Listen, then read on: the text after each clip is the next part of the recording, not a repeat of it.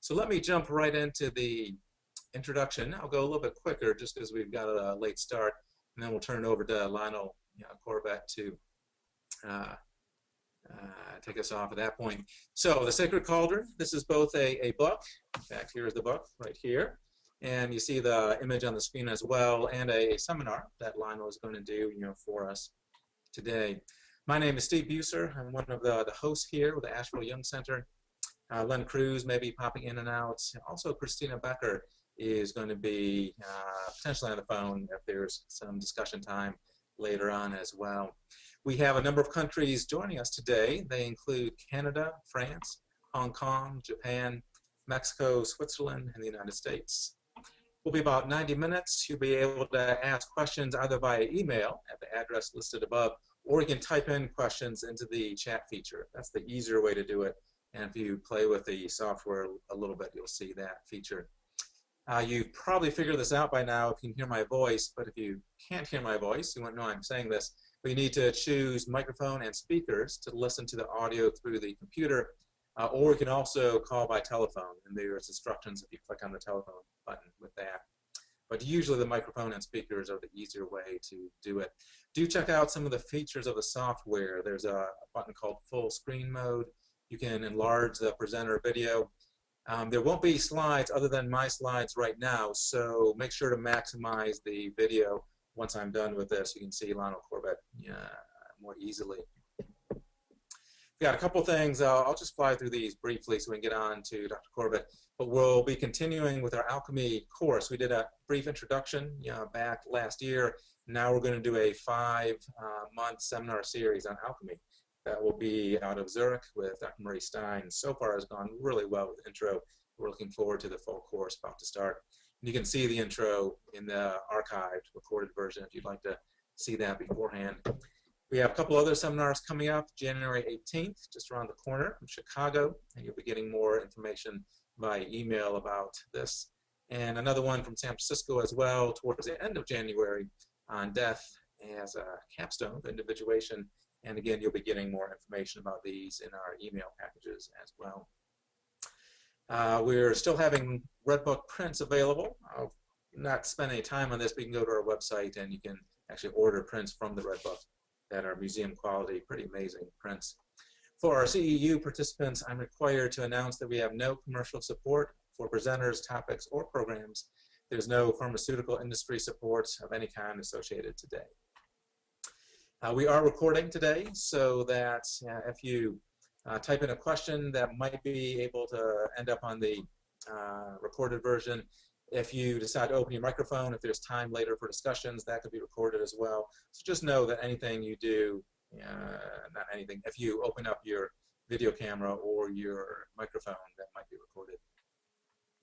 So on to introduce Lionel. He is trained in medicine and psychiatry from England. He's a full Jungian analyst from the C.G. Jung Institute of Chicago. He's a core faculty member at Pacifica and author of numerous books, including Psyche and the Sacred, The Religious Function of the Psyche, and The Sacred Cauldron, Psychotherapy as a Spiritual Practice. And of course, that's the seminar that we'll be looking at today. I won't read through this, but this is on our website and tells you a little bit more about the book as well. So without further ado, we will turn it over to Dr. Corbett. Well, good evening. I'm going to talk this evening about the problem of suffering and some of Jung's approaches to suffering, because I think this really is the central issue in psychotherapy, and it's certainly one of the main reasons that people come for psychotherapy. There are two approaches of Jung that I want to focus on, and I'll try and show how they're related to each other. One is the idea that the discovery of meaning in suffering may make suffering meaningful or tolerable or bearable. This is an idea that's been stressed, of course, by many other people besides Jung, like Viktor Frankl. The other is Jung's idea that contact with the numinous experience has a healing effect. And so I'll give some examples of the way in which I found that numinous experience can be helpful. And of course, the connection between these two ideas is that numinous experiences are always intensely meaningful, almost by definition. And they are an important source of meaning when we're suffering. Now, when suffering begins, we find ourselves at the threshold of a new status in life very often, and the outcome may be very uncertain.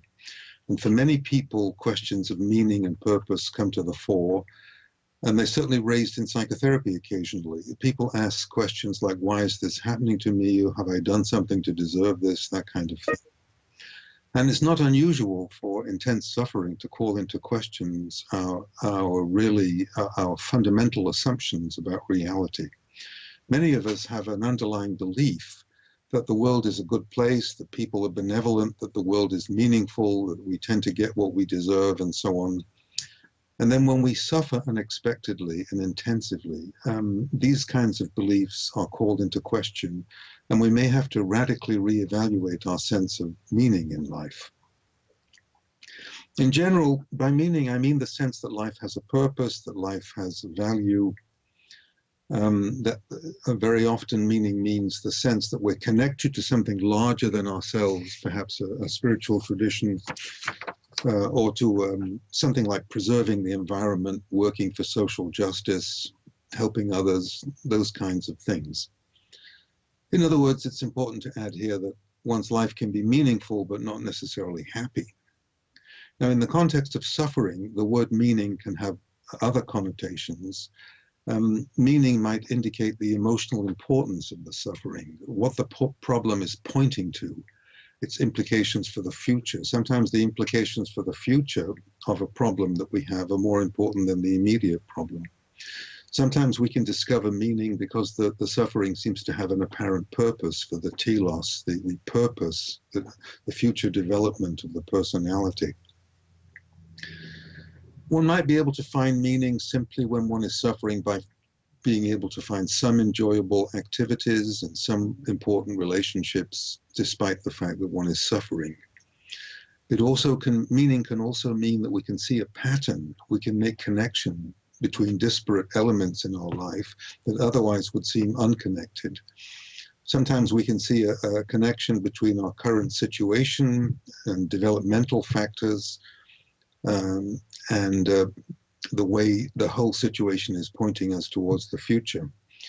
Finding meaning may not only mean that we make sense of the situation, but even sometimes that we have an idea of why the situation must be the way it is. We have a kind of intuition of this.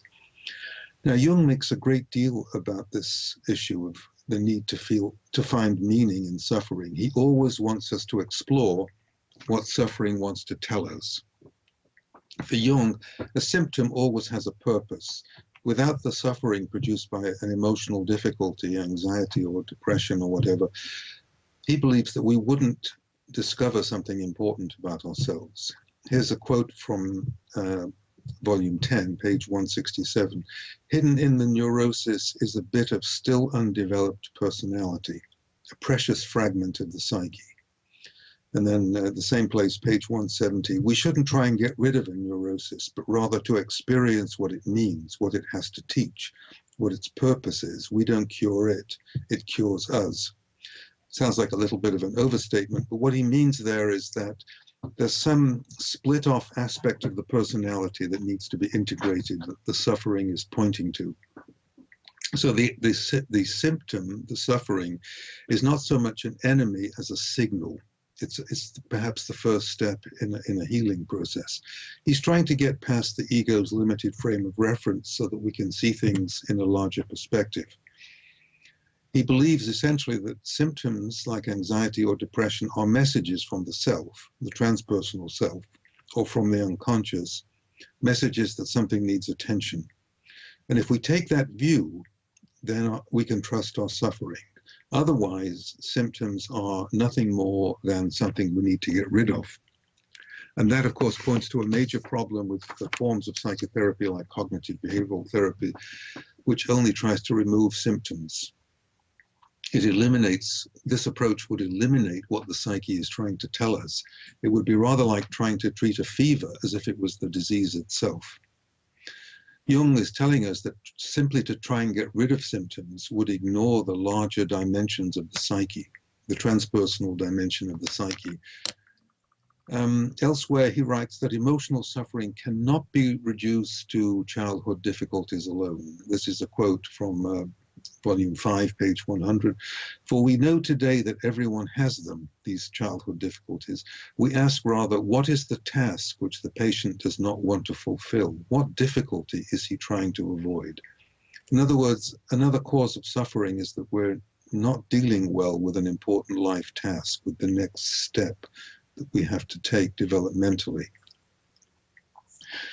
Now, he points out that some of the people who consulted him, this is a quote from Collected Works 11, page 121, 22, some of the people who consulted him, quote, have no clinically recognizable neurosis. They have difficulties which involve fundamental questions of existence. They suffer because of religious difficulties or ethical or philosophical beliefs and so on.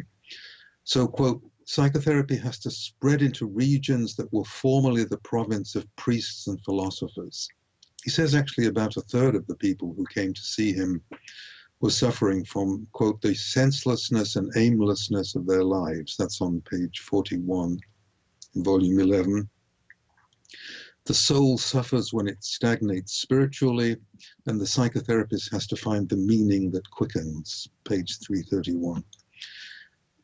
He goes on to say, meaninglessness inhibits the fullness of life and is therefore equivalent to illness. Meaning makes a great many things endurable, perhaps everything. That's on page 340. Now, for some authors, like Agnella Jaffe, Jung's stress on meaning has been elevated to a kind of mythic level, as if humanity's metaphysical task is the continuous expansion of consciousness, and that process will make life meaningful. So for individuals who've lost all sense of meaningless, it's important, in his words, that what the doctor then does is less a question of treatment than of developing the creative possibilities latent in the patient himself. That's volume 11, page 41. Now, in a letter, this is in the volume of letters, volume 1, page 236, and then 247. He's clear that suffering is an intrinsic part of human life, and without it, we would never do anything. He thinks that happiness and suffering are a pair of opposites that are indispensable for life, and we couldn't have one without the other. We have to be able to endure suffering, and endurance is a way of overcoming it. And the principal aim of psychotherapy is, quote, to help the patient to acquire steadfastness and philosophic patience in the face of suffering. Life demands for its completion and fulfillment a balance between joy and sorrow. That's volume 16, page 81. For him, the process of individuation, becoming the person you were destined to become, invariably involves suffering, and it requires a series of initiatory experiences and ordeals. In this context, it's important to note that Jung's theory of individuation is actually a process by which the spiritual potentials of the self incarnate into a personal self. So that's what's meant by the notion that the self is the archetypal basis of the ego, meaning that the self acts as a kind of blueprint for the developing personality. It's the archetypal basis of the empirical personality. And these spiritual potentials gradually embody themselves over the course of one's life as we become more and more conscious of them. Part of Jung's metaphysics includes the idea that this incarnation of the self into an empirical personality is continuous. It's occurring in everyone all the time. And it means that the unconscious, or the self, is gradually becoming more and more embodied within the individual, which for some people, for some authors, is a psychological way of saying that the divine itself becomes more and more conscious within the individual. And this incarnation invariably involves suffering.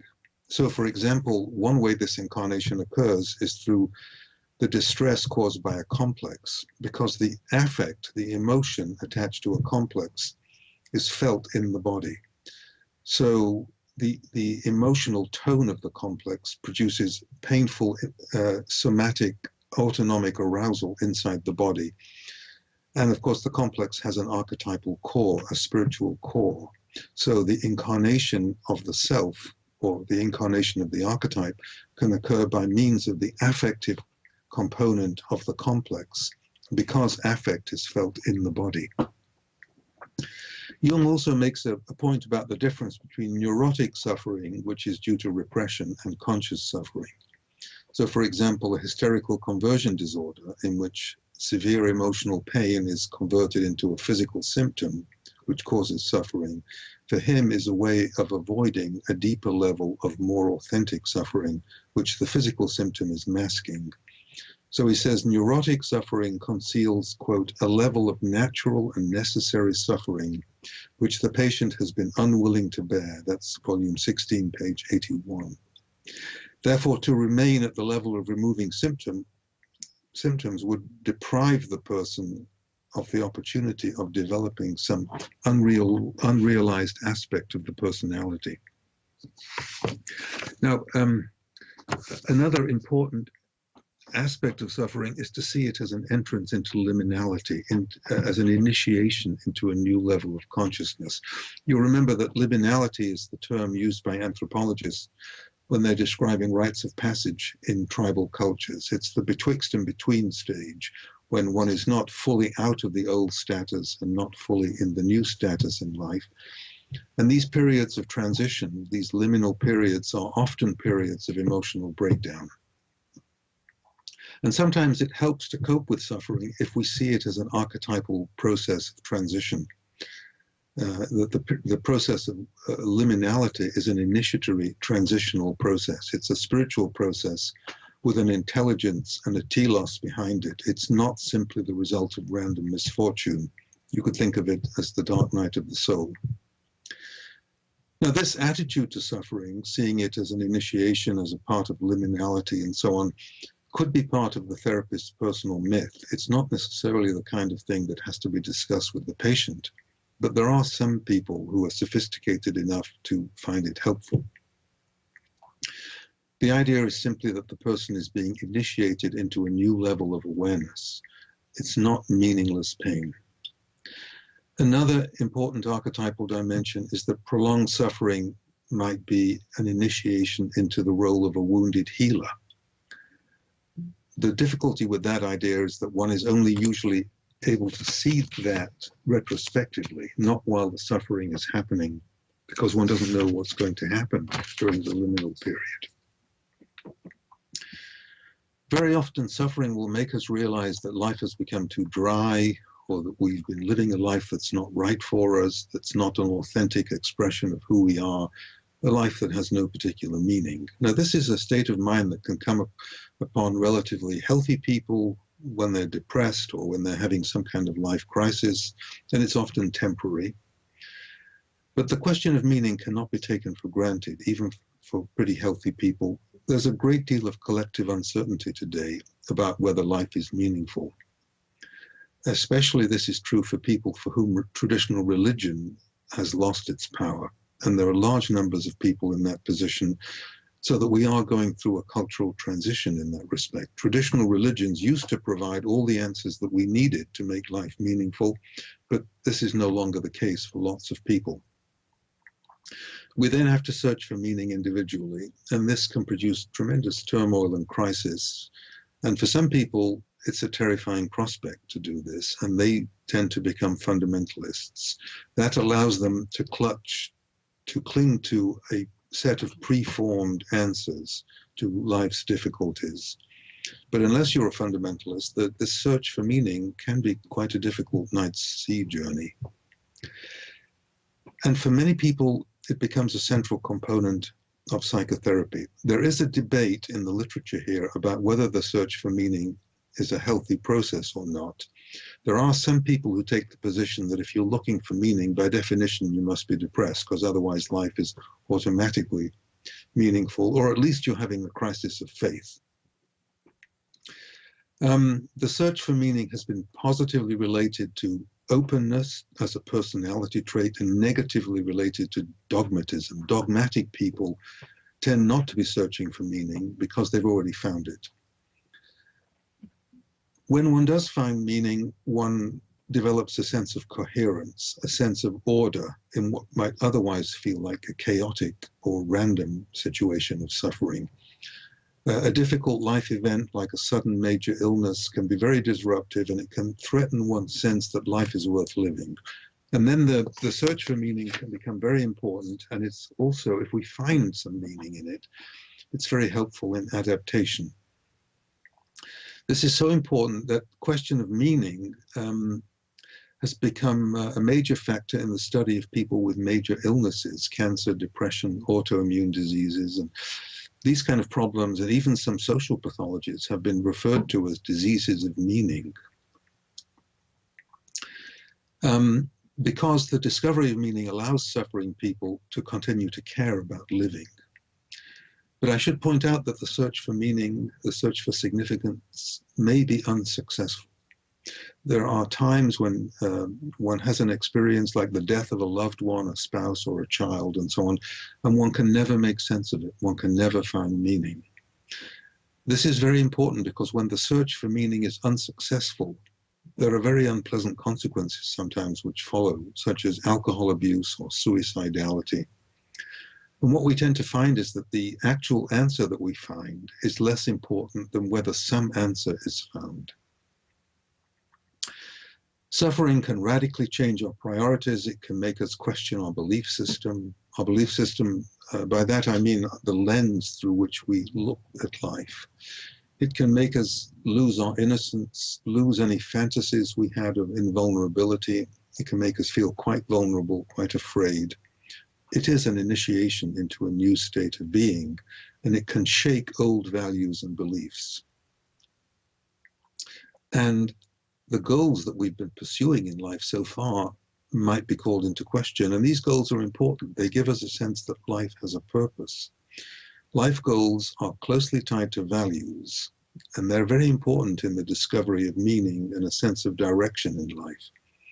Sometimes self-esteem is radically affected by the degree to which we achieve goals. States of prolonged meaningless are very demoralizing, and serious demoralization seems to adversely affect disease processes. If you have a prolonged negative affective state, despair, helplessness, resentment, those kind of things, chronic rage, these states of mind tend to activate the recurrence of illness like heart disease and cancer, and they adversely affect the prognosis in people with these illnesses. But if you can develop states of mind, states of hope, purpose, gratitude, joy, those more positive emotions, that seems to protect against the recurrence of many illnesses. Cancer patients who have high levels of meaning in their lives can tolerate much more severe physical symptoms than people who have much less a level of meaning. And it's also important to note that serious illnesses like cancer will often stimulate positive psychological changes and an improved sense of meaning in life.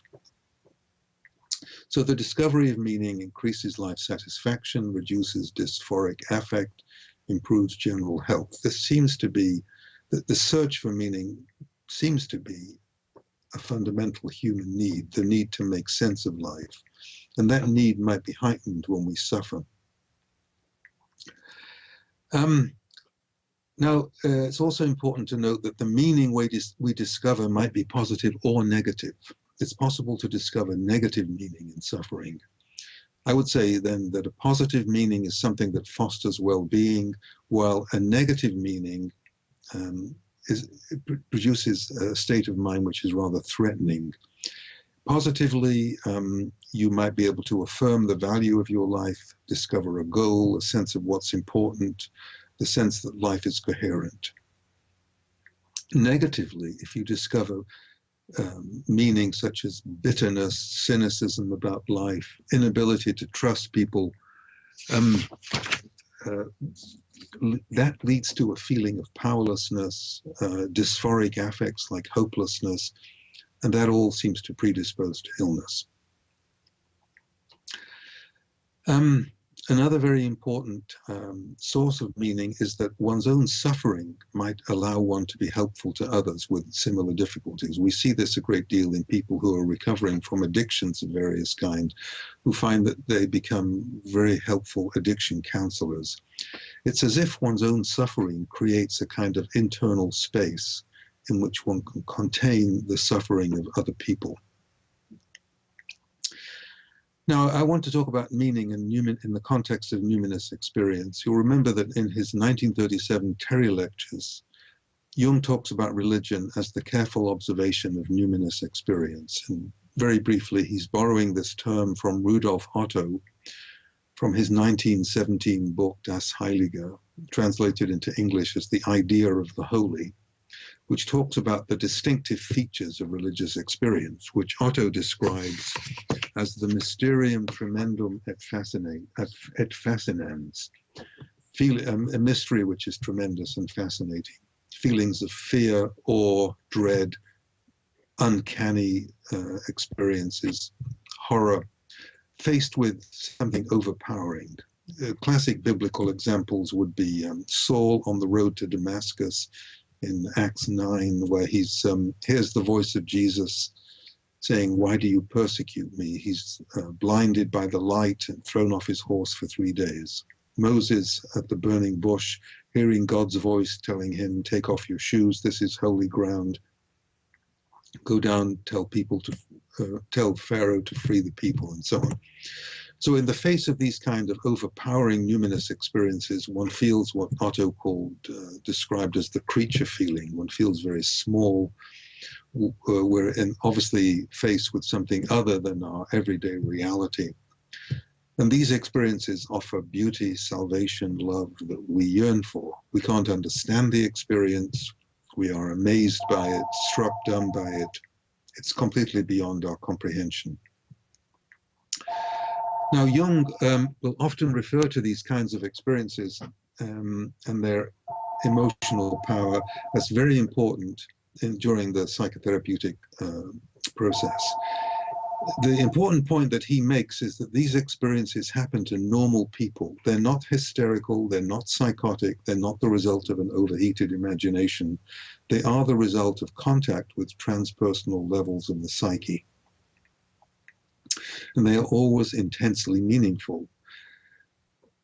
There are some important points some important areas in which Jung and Otto would differ. For example, for Otto, numinous experiences always imply the Judeo-Christian God image. Otto was a Lutheran theologian. Whereas for Jung, the self can always manifest itself in a much larger variety of ways than Christian theologians would allow. The God image in Jung is much less specific, much less specific than it is in the Western monotheistic traditions. So for Jung, it may appear in completely novel ways. What matters is the emotional quality of the experience. Another difference is that for Otto, one's response to the numinous should be submission, which is characteristic of many mystics. While Jung was concerned that the ego should maintain some distance between consciousness and the unconscious, one has to remain connected to the unconscious as part of the individuation process. But he doesn't like the idea that the ego should be totally annihilated by the self. There are a few other differences between Jung and Otto that I won't go into in any more detail. I just want to make the point that there are a large variety of ways in which numinous experiences may appear. We're very familiar with them appearing in dreams. The Jungian literature is replete with numinous dreams. Also, visions and synchronistic events are important, but the numinous can appear in the natural world, through the body, and also through our pathologies as well. So quickly, an example of a dream. I've picked a dream that Anne Ulanov has published. In this dream, quote, "A man is ardently, sincerely, deeply engaged in an act of worship, but the worship was of a giant pig." So as the saying goes, we cannot Christianize the unconscious. The numinosum may manifest itself in the form of any mythological or religious tradition, not necessarily the one in which the dreamer was raised. And so the self can appear in completely novel ways that may conflict with the imagery of the subject's religious tradition. We cannot Christianize the unconscious. So a scientist with a traditional masculine image of God had a dream in which an enormous, luminous female figure is sitting on top of him. And he says, as she did so, quote, we merged, and it felt as though she was entering each and every one of my body's cells. There was only a splinter of a personal self remaining, and that gave him a sense of scale. He said it was as if I was no bigger than a tiny spider. That was the word he used, which is interesting. This was a humbling and transforming experience for him. Now, you could reduce this experience in terms of an overwhelming mother problem or some similar interpretation of the dreamer's personal life. And if that was correct, you could also point out that this was a very numinous experience of the feminine aspects of the divine, or the self in its feminine aspects, or the goddess, and so on. And that has very important implications for this individual's spiritual development. His God image has been much too one-sidedly masculine. And this experience would show him the limitations of his traditional God image. So it's very important for his individuation process. Jung, in a letter, a 1973 letter, 1945 letter, sorry, the letters are published in 1973. In a 1945 letter says that whatever form they take, numinous experiences may have a healing effect. He says, in fact, the approach to the numinous is the real therapy. So, for example, a woman whose mother is very devaluing and withholding and critical of her, critical of the body, critical of everything feminine, had the following dream. I'm in a glass elevator. There are no visible cables, but it's heading up straight into the sky, into a vast open space. I can see for hundreds of miles. I'm pressed up against a group of beautiful otherworldly women who are swaying and singing a mesmerizing melody. We are naked. I'm lifted up by them. They hold me, stroke me, and embrace me. Their song is one of love, compassion, and forgiveness. There's a feeling of intimacy. At one point, they begin dripping honey all over me. It feels loving and sweet. I'm filled with incredible peace and joy beyond words or description. Obviously, this meets Otto's criteria. It's a very numinous dream. It's mysterious, tremendous, fascinating, awesome, and so on. And it directly addresses her emotional difficulties, her devaluing of the body, the lack of the valuing of the feminine, and so on. And it had a very healing effect. But the imagery has absolutely no real connection to the Judeo-Christian tradition. But these numinous experiences are affectively powerful. That's why they're helpful. So in Jung's words, the thing that cures a neurosis must be as convincing as the neurosis. And since the latter is only too real, the helpful experience must be equally real. I mentioned the numinous, and by the way, one has no need to amplify a dream like that. Of course, the dream could be amplified in terms of honey, which was sacred to the goddess, which was used in initiation ceremonies and so on. But there really is not much need to amplify that kind of very powerful numinous dream, because its emotional effect is so intense. I mentioned the numinous in relation to psychopathology, and here I was reminded of the book of Job, because there the divine appears to Job out of a whirlwind or a storm. And this is particularly important because Job's children are killed when the house that they're in is blown down by a storm. So here is the very manifestation of the divine which helped to cause his intense suffering, appearing to him directly in a numinous vision. It's a good illustration of the way in which one's suffering can itself become a form of contact with the numinous. And of course, it initiates him into a period of liminality in which he's initiated into an entirely new God image.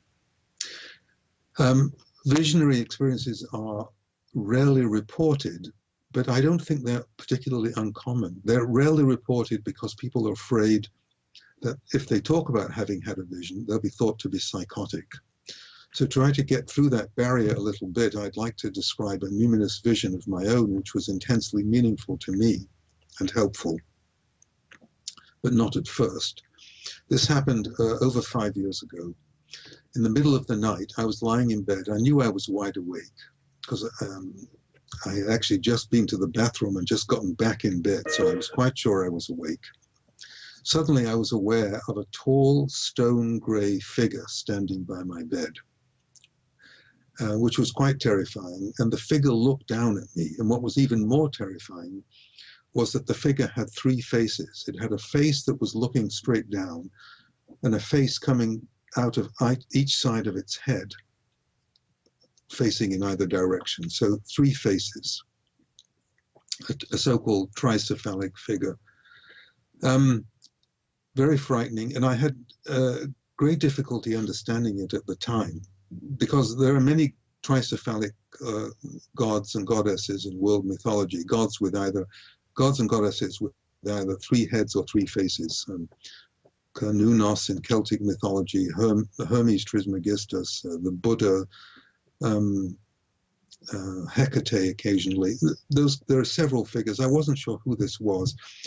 But finally, because of some other dreams and because of its Herm-like quality, I decided this was a visit from Hermes Mercury.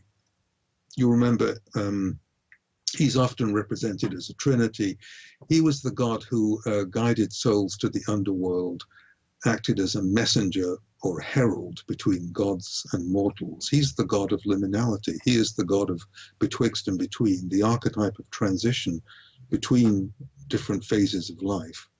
And of course, in alchemy, he's also the elusive spirit concealed in matter, the spirit of the unconscious, or the spirit, or the process by which matter and spirit are transformed into each other, which of course is very important in understanding illness and healing, which is a situation where spiritual factors affect the body. So for Jung, Mercury is a metaphor for the slippery quality of the unconscious, which we cannot grasp, or for the transformations involved in the individuation process. Well, I won't go on any further about this figure, except to say that I didn't know what it meant at the time, but just shortly after having this visionary experience, which was quite brief, lasted several seconds and then disappeared, I became extremely ill and nearly died. So looking back on it in retrospect, this figure turned out to be a herald of a journey into a period of suffering, into a liminal period into the unknown with the possibility of death. Eventually, obviously, I recovered. What was helpful to me was the idea that the self knew that I was going to go into this transitional period, that it wasn't random, that there was some kind of intelligence or pattern behind the experience. I found that particularly helpful and comforting and meaningful, but I didn't know at the time what the figure meant. Now, I want to mention another fact which is often not recognized in the Jungian literature here. Jung, in several places, says that the self is the totality of consciousness. It includes both consciousness and the unconscious. And I think this is an important link between Jung and the non-dual spiritual traditions.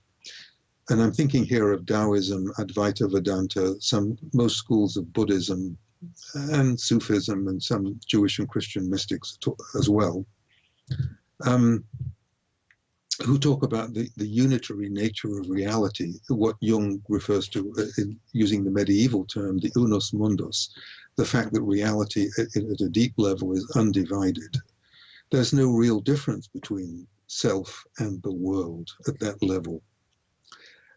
Now, from that point of view of the totality, which is a non-dual point of view, as distinct from the ego-self axis, where the ego and the self are in a way, two different things, and the one relates to the other. From a non-dual point of view, if the self is a totality, then the ego cannot be separate from the self. It's essentially a part of the self. It's an image within the self, or something like that. Then during a numinous experience, the self will manifest some aspect of itself, as it were, unclouded by the ego. one has a sort of direct experience. It's an interesting irony that from a non-dual point of view, if there was a sage of the non-dual traditions here, he or she would say that from that point of view, there's no need to search for meaning in suffering, because that would just be another egoic story. I won't elaborate that point anymore, except to point out that also that the experiences of synchronicity, which are always very numinous, also point to this non-dual level of the unus mundus. So it's not an idea that we should take lightly, even though it's not stressed much in the Jungian literature, which tends to prefer the notion of the ego-self-axis, which is rather dualistic. But synchronistically, of course, meaningfully links the inner world, the outer world, physical events, and the psyche, showing that they're really a unity. There are not two worlds, there's only one reality. And a synchronistic event is a numinous reminder of that fact. Synchronistic events always give us the impression that something has happened which cannot be attributed to chance. It's the result of a larger background process, as if the event was meant to be, and that's why it's often very numinous. It's as if fate or destiny is playing a role. The personalistic psychologists, by the way, are catching up with Jung a little bit in this area. They're now talking about what they call turning points, moments in time where a sudden life-changing event occurs, which is beyond the individual's control. And of course, this can be positive or negative. But these kind of events make us feel that life is full of meaning, that it was our destiny for this to happen. And this event can become part of our life narrative, part of a personal myth that can give life meaning. Now, the body is another very important source of numinous experience that can be very meaningful. A woman told me of an experience while she's spinning in a Sufi ritual. This is her report. As I turn round and round for what seemed like a glorious, ecstatic eternity, she's obviously going into an altered state here, I experienced myself as a hollow tube connecting earth and spirit.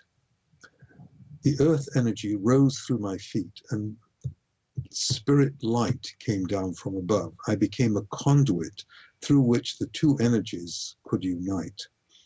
I found new purpose in my humanness as a transformer of divine energy into the physical plane. I felt it even though I could not find a way to describe the numinosity of the experience, either then or now. So here the body is acting as a kind of antenna for these transpersonal energies to move through it. Why the body? Well, it may be that, you know, that the particular channel through which the numinosum appears depends on, is a function of one's typology, because we know that the unconscious manifests itself more readily through the fourth function. In this particular woman, the fourth function was introverted sensation, so perhaps it's not surprising that it would appear to her through the body. Suffering makes people who have always been very rational, very intellectual, much more open to the realm of transpersonal experience. This can be an orthodox manifestation of the numinous, or it could be unique, but in any case, it's always recognizable by its emotional quality. And contact with this dimension always gives an automatic sense of meaning.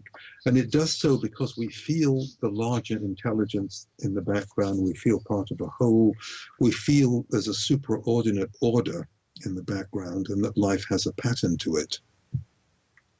Now, if you're an atheistic psychotherapist, the search for meaning in these kind of ways, either in terms of a traditional religion or in terms of numinous experience and so on, this kind of event may appear to be completely defensive. And if you're a psychotherapist working with an atheistic individual, one simply has to be tactful and respectful working with that person. There's no way to prove that the meaning which is found in a situation of suffering is really given by a transpersonal source, or whether the individual somehow makes it up as a way of coping. This is partly a matter of one's own personal metaphysical commitments. Certainly there are lots of people still today who find meaning in traditional religion. and they find guidance about how to find meaningful in a traditional religion, and these can improve people's well-being. And as Jung says, religions can act as psychotherapeutic containers.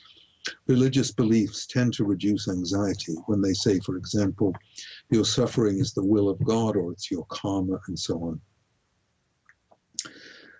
And it's certainly well established in the research now that high levels of religious involvement and practice will protect against depression and will enhance the ability to deal with difficult things like terminal illness and chronic pain and so on. It does feel helpful to believe that a larger power is controlling the situation.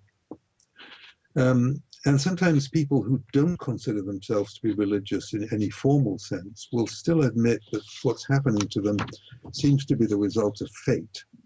And whether or not you will acknowledge it, if you believe in fate, you are acknowledging that there is some kind of transpersonal background to your life. So overall, there seems to be widespread agreement that finding meaning in suffering is better than allowing suffering to embitter one's life, but it's not always clear how this meaning can be found. You may have to either find or construct a story about the situation to find meaning. And I say find or construct because there's a discussion in the literature about whether the meaning of a situation that's difficult is inherent in the meaning, as if the meaning is given by the archetype or by a background spiritual process, in which case we have to discover it, or whether meaning is created as a story within the person or within the therapeutic couple. One shouldn't be too rigid about this dichotomy. They're both a bit problematic if you carry them to extremes. If you believe that meaning exists outside the individual as a kind of essence given by a divinity, then the problem is there's only one true meaning, and it may be hard to find. And that leads to a kind of inflexible attitude. If you think that meaning resides only in human beings, then different people can attribute different meanings to the same event, and then we're all creating our own reality. There are no absolute standards, morality is relative, and so on, and that produces its own problems. Again, if you're an atheist, there's no need to invoke a transpersonal level to your suffering. You can think of it simply as the tragic side of life, bad luck, chance, and so on. But still, you can construct or co-construct with the therapist a satisfying story. And then you may be projecting meaning into the situation, but either way, you decide on a narrative that fits with the dynamics of the individual's personality. And many contemporary psychotherapists believe that our understanding of a person's life is no more than a narrative creation. It's a function of the therapeutic relationship. So the meaning that we derive from the narrative is relative and not absolutely true. It's provisional, and it can be revised. And some people say this is just a story we develop to smooth out the ambiguities of our lives and achieve coherence. But still, these stories can be extremely helpful. And then the role of the therapist is to assist in the working out of this story, which will develop some meaning that will be of help to the person. But the important thing is not to do so in a way that imposes meaning derived from the therapist's theoretical orientation. Because there are always multiple meanings in human behavior, and of course, different theoretical orientations will produce different stories. If you believe that meaning is objectively given, for example, in a synchronistic event by the self or a spiritual intelligence operating in the background, then you have to discover the meaning. And this is an attitude that many Jungians believe when they say that the personality has a telos, a purpose or a goal which it's trying to attain. Then the suffering can be seen as a kind of a course correction. It's pointing us in a particular direction that otherwise we might not go. Then the meaning of the suffering is really connected with its purpose for the future. And then the role of the psychotherapist is to assist in the discovery of what the suffering might be pointing to. And one can ask the person, where is this situation taking you that otherwise you might not go? That would be what Jung would call the prospective approach to it. If you are skeptical about teleological theories, as some people are, then you will see them as defensive. You will see them only as an attempt to make sense of randomness, or just increase the individual's sense of closure or sense of mastery and so on. And that's a matter of judgment, really, and a matter of personal opinion. What I can assure you is that suffering will help you get to know yourself in a way that very few other processes can. This is a very painful process, especially for older people, because older people, when they look back at their life in what's often called a life review, will often find discrepancies between the fantasies they had about the way they wanted their life to unfold and the way it actually unfolded. So this life review can take a great deal of courage. It means taking a hard look at illusions. It means grieving disappointments, goals that were not met, and so on, and will never be met. But by and large, telling these kind of stories to another person is an important mode of connection to other people. The discovery of meaning then can be incorporated into the overall story of one's life. One's suffering can be incorporated into the overall story of one's life, what's sometimes called one's narrative identity. And then the suffering seems to make sense and have some value and provide opportunity for development. I want to give another example of how suffering can make one see the world in a different way. And I'm using the example given by Kay Jamieson, the psychiatrist, who has published about a book about her mental illness. And she says she had severe bipolar disorder. In the book, she said, "I would choose to have my illness, quote, because I honestly believe that as a result of it, I have felt more things more deeply, had more experiences more intensely, loved more, and been loved. I have been aware of finding new corners in my mind and heart. All this because of the illness." So she sounds in the book as if her illness was crucial to the development of her sense of self, but it did produce a great deal of suffering. So suffering will reveal character structure, and it will have important developmental consequences. And the way I suggest that we start a conversation with a person in psychotherapy about this issue of meaning, is to ask the person, what is sustaining you through this difficult period? Is it another person? Is it an occupation, an avocation, and so on? Or I might ask, what is giving you hope and comfort? Or I might ask, what are you grateful about at the moment? Is there some way in which, even though you're suffering, your life still matters? Do you have a sense of purpose in life? Do you know what your life is really all about? If the patient has a spiritual orientation, then the suffering can be seen as an invitation from the transpersonal dimension to initiate this kind of inquiry. If you're working with an atheist, especially somebody with an existential orientation, you can still assist the person in finding a personal sense of meaning. It simply is meaning without any transpersonal background. It's still a valuable process. One warning is that there are times when it's presumptuous to try to find meaning in another person's suffering. And it can sometimes, if you do this prematurely, it can feel to the sufferer as if the therapist does not really understand the intensity of what the individual is going through. And sometimes the therapist can sound simplistic or patronizing. So one has to be very careful and tactful about doing this. Very often, if one does this prematurely, it feels as if the therapist is just trying to avoid the issue. So the best you can do sometimes is create the conditions in which meaning might be found. And you have to be humble and open and receptive for that to happen. Certainly not by knowing in advance what meaning will emerge, and certainly not by technical or manualized approaches, which are ego-driven, harmful. They mean that the patient has to submit to the therapist's agenda, which is a disaster. It's often what happened to the person in childhood. And it won't allow for the emergence of something unexpected or creative from the unconscious. You have to wait for the meaning of the situation to emerge organically, I think. And often the meaning comes out of our imagination. It doesn't come out of logical thought. The meaning of an experience may not emerge cognitively or verbally. It may come as a kind of a fantasy image. The imagination, of course, is the source of our creativity, and it will allow us to interpret situations in unexpected ways, and then it can free us from being trapped in a situation.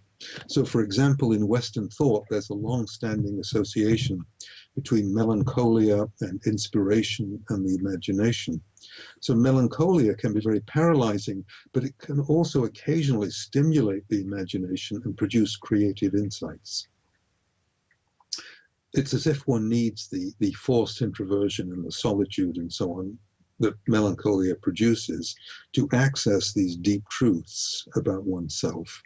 So melancholia can stimulate the imagination, and the imagination can be a way of working with melancholia, which is why creativity is a resource for melancholic artists and writers, and why Jung suggested that we cast the mood into an image and dialogue with it. Another approach to suffering is to change our appraisal of the situation. In other words, change some of the way we look at life, given the situation. If we can't reconcile the event with the way we've looked at the world so far, we may have to change our entire philosophy of life to accommodate what's happened. We may have to revise our goals, values, and belief systems if the situation is overwhelming and cannot be assimilated. The problem is that the shadow side of this is that people can develop defensive optimism. They can develop denial. They can develop false hope, rationalizations, or self-deceptive illusions. You can find meaning in suffering in a pathological manner. There are psychotic people who find delusional meaning, and they use that delusional meaning to shore up a fragile, fragmenting sense of self. But of course, the delusion has no relationship to reality. There are a few other cautions. I've mentioned that it's important not to superimpose a theoretical or cognitive framework onto serious pain or distress. I think there are also situations like imprisonment in a concentration camp, or a nuclear blast, a tsunami, something like that, which many people would say are completely meaningless. It's impossible to find meaning in a situation like that. Although, of course, some people say that, like Viktor Frankl would say, even in a situation like that, you can find meaning. Some people would say that's only a rationalization. Then there are situations where an event causes suffering at the time that it occurs. One can't find any meaning, but retrospectively, looking back on it some years later, one can see its meaning and it's important to why it was necessary at the time. The problem, of course, is that these kind of discoveries require interpretation, and interpretation always has biases. We all have theoretical biases given our school of thought, and we don't want to color the person's situation too much, the meaning of the situation, with the therapist's subjectivity or the therapist's theoretical orientation. I want to mention another aspect of the negative discovery of meaning, and I'm going to use an example that Chris Hedges talks about in his book, War is a Force That Gives Us Meaning. He points out that war can give purpose and meaning and a reason for living, and that compared to the soldier's experience in combat, the rest of the soldier's life might feel as if it's rather shallow, because there's a tremendous sense of aliveness in combat, comradeship in combat. The difficulty is that even when war is intensely meaningful, there are combat veterans who are haunted by the realization that they found meaning in killing. They return to ordinary civilian life. They find it quite difficult because it's not as meaningful as war, even though they're suffering from guilt and shame and perhaps PTSD and so on. So this is it's very much a mixed blessing, because combat can produce increase in self-awareness. and a change in the veteran's attitude to life. But it can have this negative aspect as well.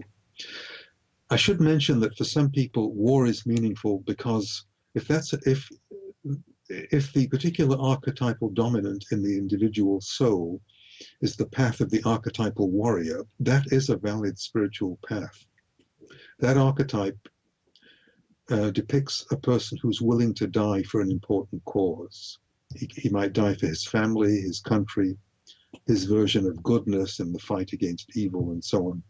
It's an exercise in spiritual self-effacement. He has to submerge his individuality. He has to face death.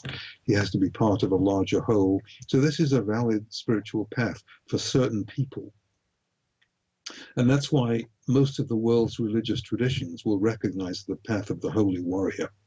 The samurai, the Knights of the Round Table, the martial arts tradition of the East, which were used to develop spiritual qualities.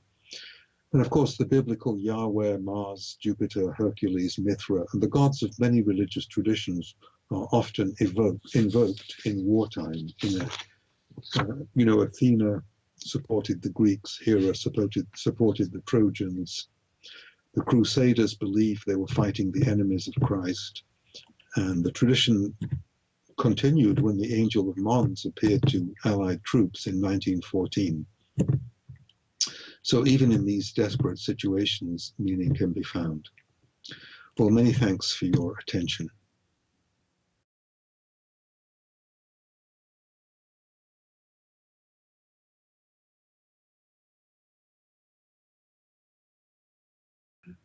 Well, the first part of your question about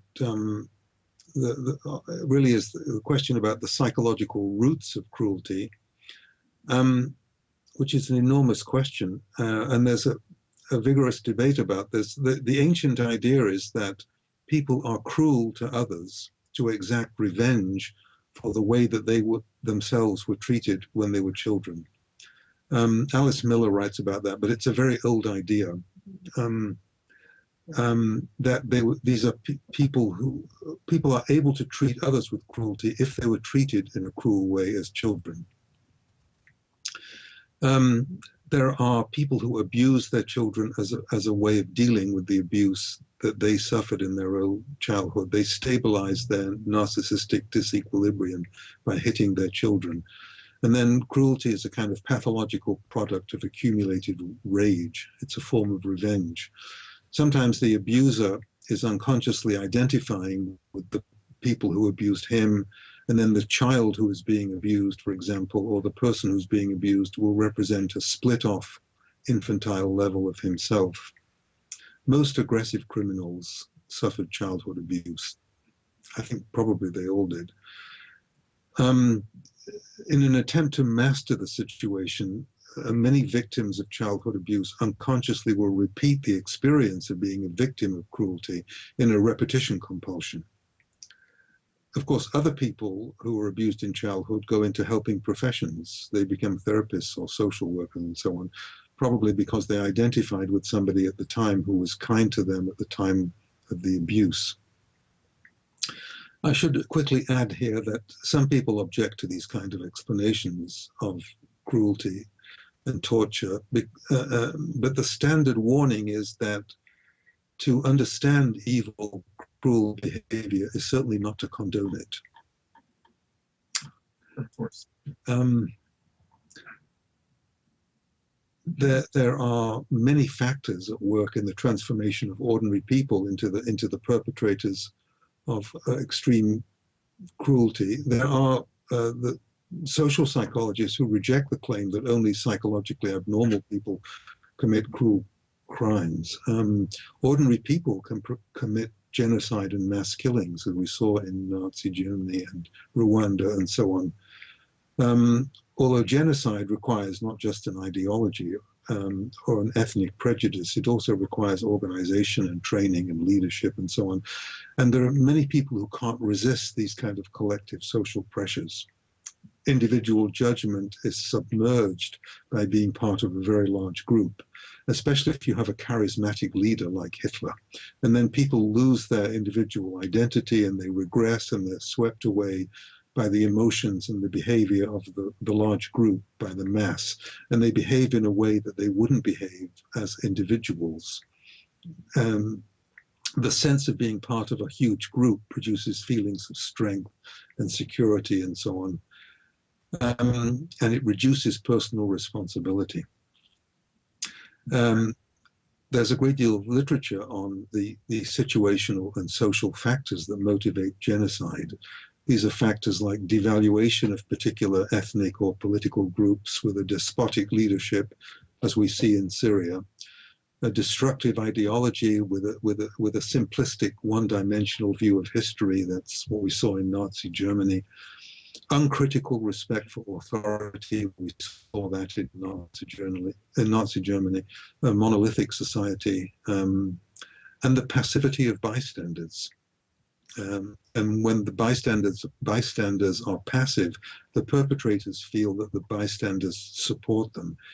And even if the bystanders are not indifferent to people being persecuted, they do feel powerless in the presence of a dictatorship with armed soldiers. And then, of course, you have psychological factors like idealization of a dangerous leader. That happened with Hitler in the early part of the war. You have the power of group identity, which dilutes personal responsibility. You have thoughtless nationalism, the distortion of historical truth. You have religious prejudices, which authoritarian leaders will manipulate, of course. And dehumanizing propaganda. It's actually quite difficult to kill or torture another human being. But if you have enough dehumanizing propaganda, which is what the Nazis did to the Jews in the Second World War, then that makes people feel that the persecuted group is less than human. And during the Rwandan genocide this happened. The Hutus referred to the Tutsis as cockroaches. And of course, during the Holocaust, the Nazis referred to the Jews as rats, and they believed they had a moral duty to exterminate them. But it's very important to note that there is an important counter-argument to this emphasis on social and situational pressures. In the Nazi genocide, Goldhagen pointed out that many of the perpetrators were responsible for their actions. They carried them out intentionally and knowingly and without coercion, although that book of Goldhagen produced considerable controversy. Excuse me. Well, I could say more about this, but perhaps that's enough for the time being. I was going to evoke the Zimbardo prison experiment and Milgram's revelation that the insistence of an authority will allow all ordinary people to produce cruel acts. And there are other experiments. There's the Dali Good Samaritan experiment and so on. But I think it would take too long to go into all of that.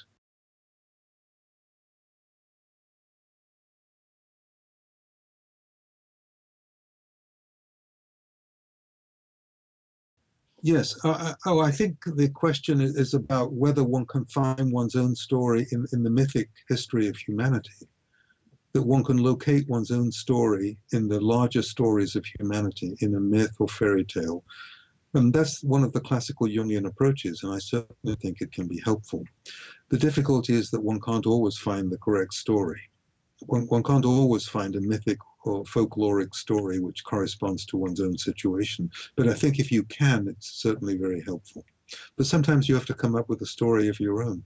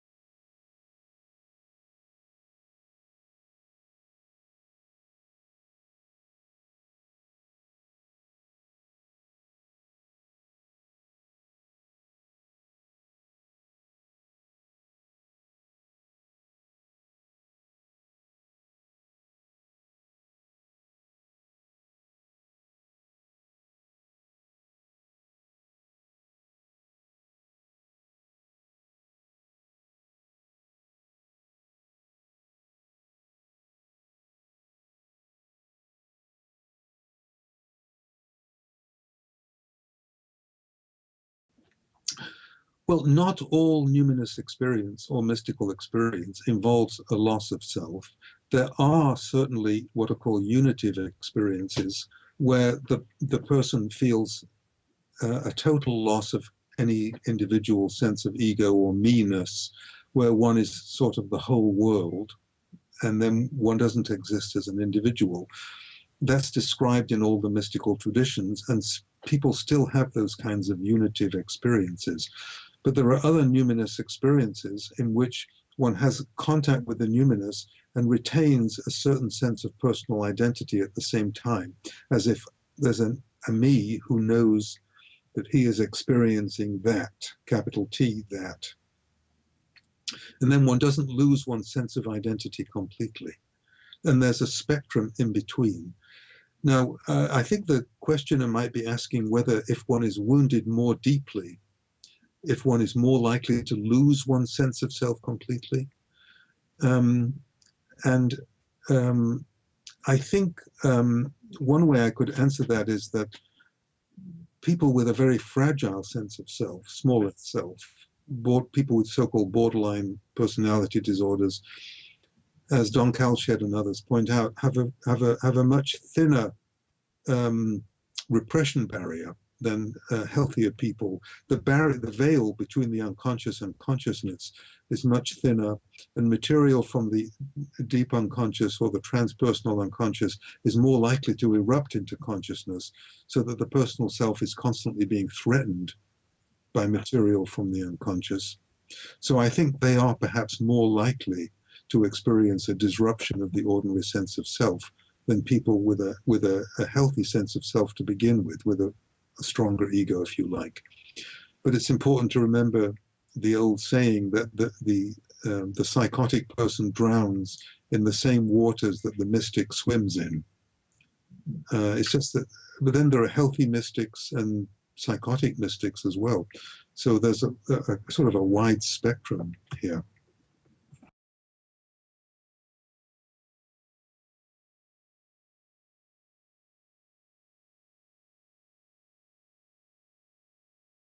Well, I think that one simply has to keep talking about the event, going over it and over it. The only other ways I know of doing it would be through hypnosis, through the recall of the event through hypnosis. I don't know any other way of doing it. I'm not particularly keen on doing it through hypnosis. The only way I know is to keep talking about the event, circling around it, watching the dreams, of course. And then what I find is that fragments come back over time. But if the fragments don't come back, perhaps that's a necessary defense. Perhaps the person isn't able to cope with some of the material that doesn't come back.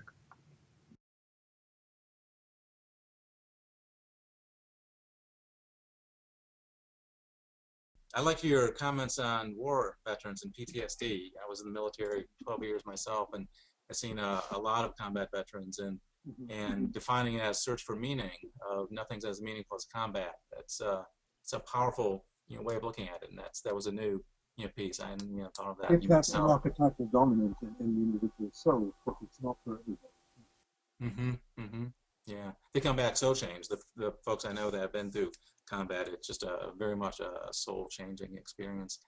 Steve, I have a question. Go ahead, Len. Lionel, I'd like to just return to some of the remarks you were making about synchronous events. It caused me to reflect on the etymologic root of the word synchronous and thinking of it as something occurring together in time.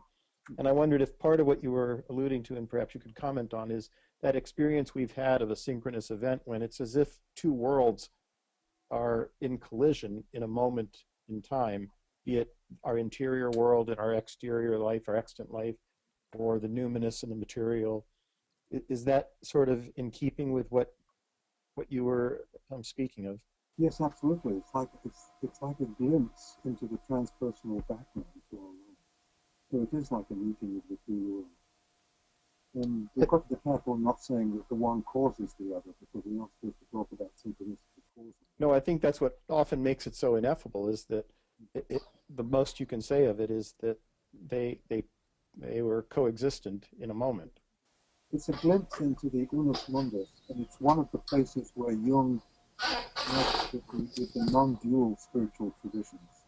He does that in other places as well, where he talks about the self as the totality of consciousness, in which case, if the self is the totality, the ego is only it's an image within the self. It really only is the self. This is consonant with non-dual traditions like Taoism, Advaita Vedanta, and so on. Usually when we talk about the ego self-axis, we're talking about this rather a dualistic approach. But there are places where Jung moves into a non-dual.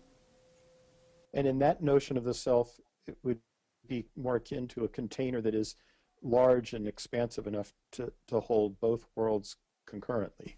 Well, it's the totality. It's everything. It is. We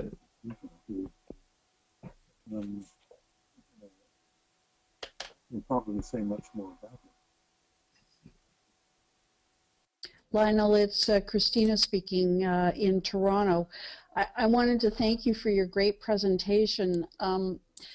What I was mindful of was the challenge about trying to describe an experiential in terms of suffering. That often we hold that space for somebody to actually connect to something experiential, which is, I think, ultimately what psychotherapy and what the spiritual journey is about, and holding that space for the suffering, and trying to facilitate a container within which that experience happens. And so I was mindful of when Jung talks about, the healing process happens in with God willing. It's kind of like, God creates the grace in terms of what happens. And I wonder if you could elaborate a little bit on that. Well, I think the notion of the container is very important, because there are times in therapy where all one can do is be a witness and be a presence, because the person's suffering cannot be fixed. And but the witnessing is extremely powerful. Human beings have a need to have their suffering witnessed, and that's one of the important functions of psychotherapy. It helps if the therapist believes that there's a transpersonal process going on, but it's not necessarily something you have to discuss with the patient.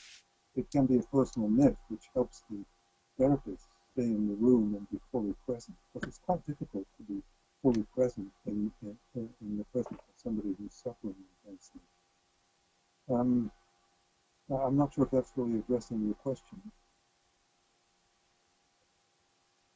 Well, I think it is, because I'm very mindful. In Canada, we're just approaching regulation in terms of psychotherapy, and often when, as Jungians, we are presenting a spiritual or a kind of a mythical approach to the journey, mm-hmm. that the collective is reinforcing cognitive behavioral therapy. That's what's being funded, all of those things. And so to hold that space of that there is a deeper meaning happening here, I think is very helpful, and it's kind of the silent witnessing.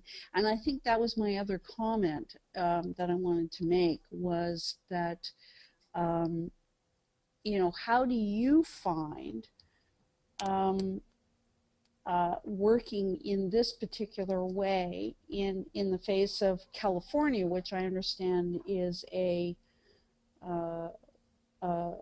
fairly regulated state, and lots of people are not necessarily looking at psychotherapy from this kind of spiritual perspective. Yeah, that's true. And most people here practice with a cognitive behavioral orientation. But at Pacifica, we teach depth psychotherapy. I teach in the depth psychotherapy program. And we teach a largely Jungian and somewhat modern psychoanalytic approach. And we think it's a superior approach, obviously. I mean, it's clear to me that just removing symptoms is rather like ripping out the warning light on your car dashboard. I mean, it doesn't solve the problem. Mm. But it's a function of insurance companies and third-party payers. That's what we're dealing with, and you have to work privately. That's all. Yeah, well, it is a particular challenge. I always believe that, you know, the people who need to find us will find us. Yes, that's true. Yeah. I just put a piece on YouTube where I discuss the difference between depth psychotherapy and cognitive Oh, therapy. okay, great. And I've gone into it in some detail and discussed this question of evidence, because they're all talking about evidence-based therapy. Mm-hmm. I'm trying to make the point that there are lots of different kinds of evidence besides quantitative methods. And the unconscious, of course, is much too slippery for quantitative. And anyway, so it's all in this video. That's great. Thank you. Lionel, if I could ask yet another question, it pertains to the comments you were making in your discussion of narrative identity. Yeah. And I was noting the fact that it almost seemed as though you were describing two distinct aspects, both of which are vital and I suppose profoundly important if you can encompass them. But one was just the value of, I think you referred to, of recounting your story. And it struck me as though the mere fact that as therapists, as analysts, we validate a person's narrative, it has great profound importance at times in and of itself. But the other aspect seemed almost more like the equivalent of functioning in concert with a client as an editor or an interpreter of their story in order to embed it with some meaning. And while I understood your emphasis on not trying to impose our bias, I assumed you meant that to be kind of a goal and an aspiration, often one that we can comfort ourselves to know we'll miss the mark, but that's really kind of the intention.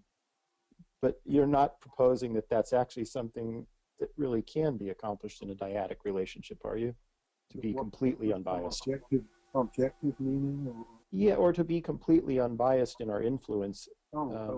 These are people we come to care about and become involved with. No, that's a counselor question. So it is really intended to be sort of a goal and objective to keep an unbiased frame, right? Yes, that's right. We come to a sort of mutual understanding that we both agree on. I see. And yet again, part of that second aspect is really to invite and provide a means by which the person can embed that story of theirs with some meaning. Gives them a framework and makes sense of it and so on. The witness function of psychotherapy is very, very important. On the part of both parties in that. The business of telling one story to a really receptive witness is extremely helpful. If a witness is fully present. It's not so easy to do, but it's very helpful if you can do it. Mm-hmm. Thank you. Because the problem is that there are forms of suffering that you can't do anything about. And the only thing one can do is somehow radically accept them. It's somehow necessary. And that's really asking a great deal.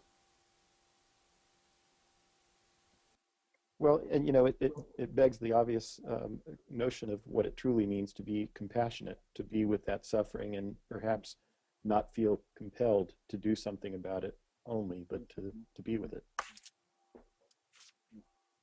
Well, I want to thank everybody today. I know it was a difficult evening, but a marvelous one as well. It had some real jewels and then some real suffering here too.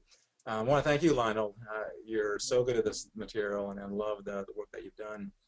Any last thought before we close? Anything you want to say before we say goodbye to folks? No, I hope it was helpful. Yeah, absolutely. Yeah, I'm convinced it is very much. And thank you, Len and Christina. That was Christina Becker, by the way, who was on the speaker phone for a little bit as well. And she's a Jungian analyst from Toronto area and is a published author as well. And we hope to entice her to come on for a seminar later on as well. So with no further ado, we'll say good night for today. We'll try to get something published out there for people to hear more from Lionel, because we really appreciate that. So thank you again, and good night. No. Good night.